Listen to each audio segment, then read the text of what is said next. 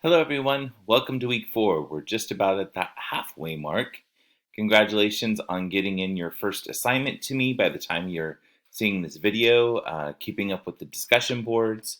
I've been enjoying the conversation, reflection you've been having on what you're understanding as you're reading the text, and some insight that you provide from your experiences as well. So, again, great job to you. I encourage you to keep up the great work, especially as we know end of school year is here and present, keeping that balance. So let's jump into what week 4 looks like. So week 4 is talking about local control and the changing fiscal landscape. Again, what is going to be affecting your school district, as well as the federal level as well.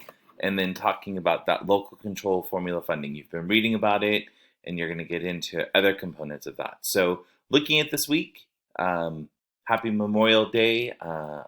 If you're seeing this on Monday for any reason, which is a day off, a reminder to take a break and just remember those that maybe in your family served and have now passed away in the United States, or just thinking about those that have helped fight for our freedom. So I know I pause for that moment.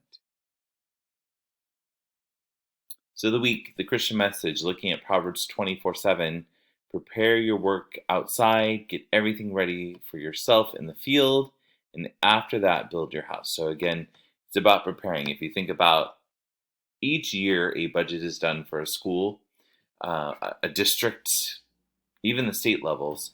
It's preparing for that year, and then once we get into that year, it's using that budget to accomplish great things at the school level. So just make that application. You know how we're told to prepare ourselves in the Bible, prepare for Christ's coming as well.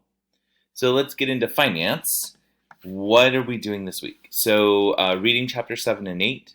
Chapter 7 gets into the conversation of local control funding, as well as really more looking at budgeting, making a school budget, whether you're going to be at a zero balance budget or a prepping for your program budget. And we'll talk about that a little bit more, but you're going to read through those and really how the starting of this budgeting comes out. You're also going to get into looking at funding sources and coding that and how that's coded in the way a budget printout is done, the way counties, the way districts report their budgets and break that apart. You'll be reading through that as well. So that's chapter 7, and chapter 8 gets into a district level funding, how they try and budget things out and what perspective they take. So, and that's in chapter 8.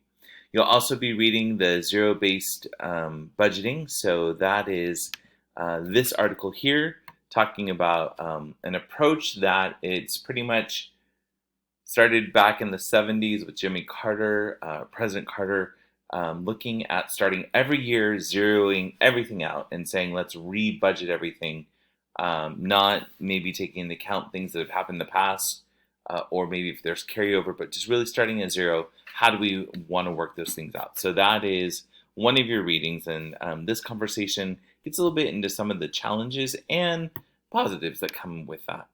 The next one is the standardized accounting code structures, and really you're going into the CDE's website so you can start seeing how it's broken up. Again, it's that transparency model. You always want to think of school budgets being transparent, open for everybody to try and understand and process. So this gives some breakdowns. I would just tell you, if you look at this resources spreadsheet, this third component here, that is just the breakdown of all these accounts that the state of California is looking at for account structures when they're putting in an account number and the district budget level.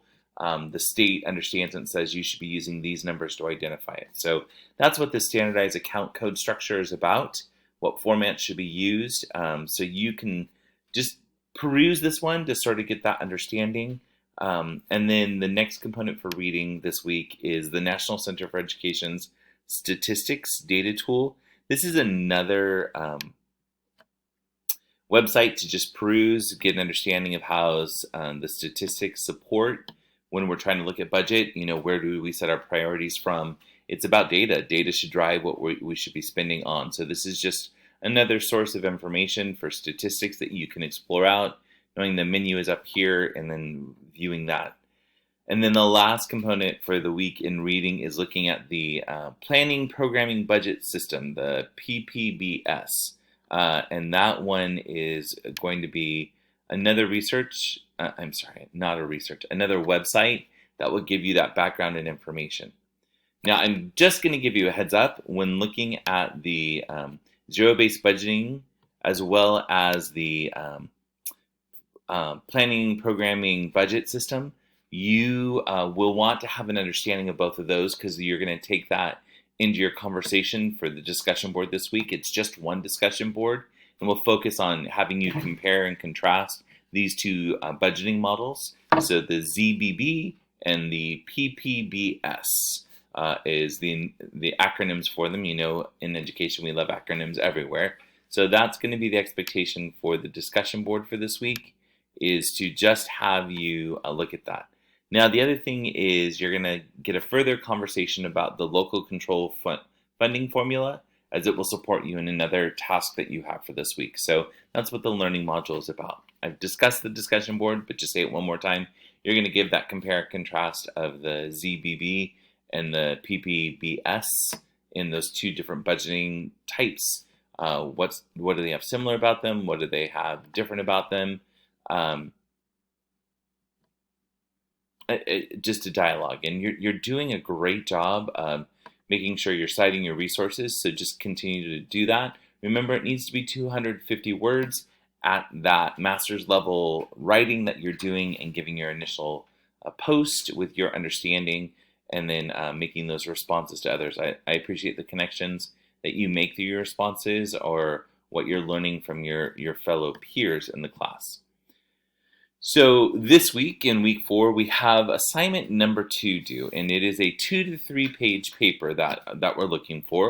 Again, you'll be using the APA writing template or the paper template to follow, so that really requires a title page, and then you're not required to have a table of contents or an abstract, but title page, then getting into your body of work, and then having a reference page at the end. I will be honest, there needs to be at least a minimum of 3 references that you're making within this paper. But if you click here again, that will take us to the descriptor of the paper. But again, this is a compare and contrast of the LCFF and basic aid. So you will be reading about basic aid and what where basic aid is, how it's determined, what districts take it. So LCFF, we've done a lot of reading on. You'll do more. The learning module this week, looking at the local control funding formula. So the funding for schools based off of the average daily attendance, or ADA. Basic aid, on the other hand, is another funding source that if a district finds that their property tax income for the local district is higher than what they would receive from the LCFF, they would choose to take basic aid. Now, it does separate them out from receiving other supplemental grants, concentration grants, or other resources that the state might allocate through LCFF. But the other side of that is a basic aid district doesn't have to worry about ADA or declining enrollment if that's going to affect that ADA number to receive those funds. So you'll read more about it, but this is going to be a compare and contrast. The thing that I need you to take away is that you're going to try and find 3 school districts in the state of California near you that are taking basic aid compared to the local control funding districts in the area as well. So you'll do a little bit of that research, and that comes from clicking on these different links here.